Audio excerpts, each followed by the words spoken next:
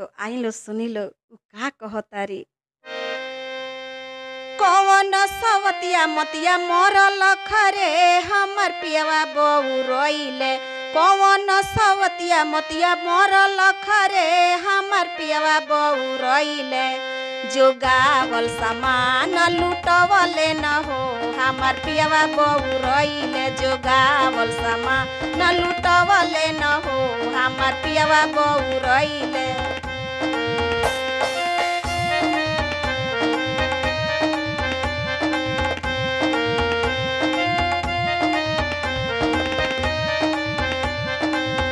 का कहतारा सुनी लोगन जान लोग नहीं। रतिया में कहेले रतिया में कहे हमर बथता का पार हो। रतिया में कहे हमर बथता का पार हो। देई द दवैया हमके लागता बुखार हो। देई द दवैया हमके लागता बुखार हो। रोज रोज करेल काला हो हमरा तनको ना बुझाला।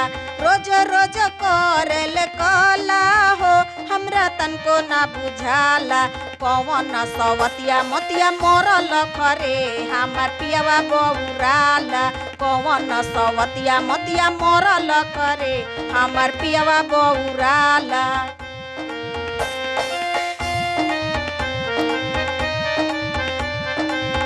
सुन लो का कहतारा।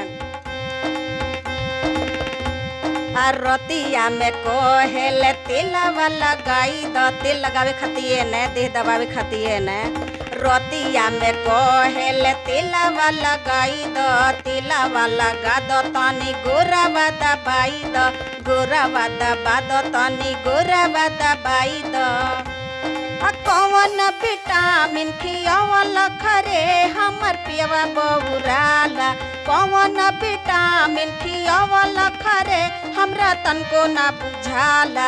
कौन सवतिया मतिया मरल खरे हमर पियवा बौराला। कौन सवतिया मतिया मरल खरे हमर पियवा बौराला।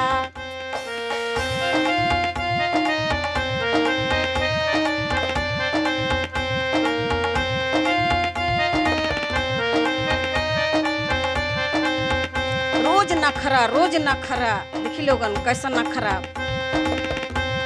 रतिया में कहे देह में होखता दरदिया। रतिया में कहे देह में होखता दरदिया। होखता दरदिया हो होखता दरदिया। मरद हवा की जनाना हो हमरा तनको ना बुझाला। मरद हवा की जनाना हो हमरा तनको ना बुझाला। कौन सवतिया मतिया मरल खरे हमर पियवा बौराला। कौन सवतिया मतिया मरल खरे हमर पियवा बौराला।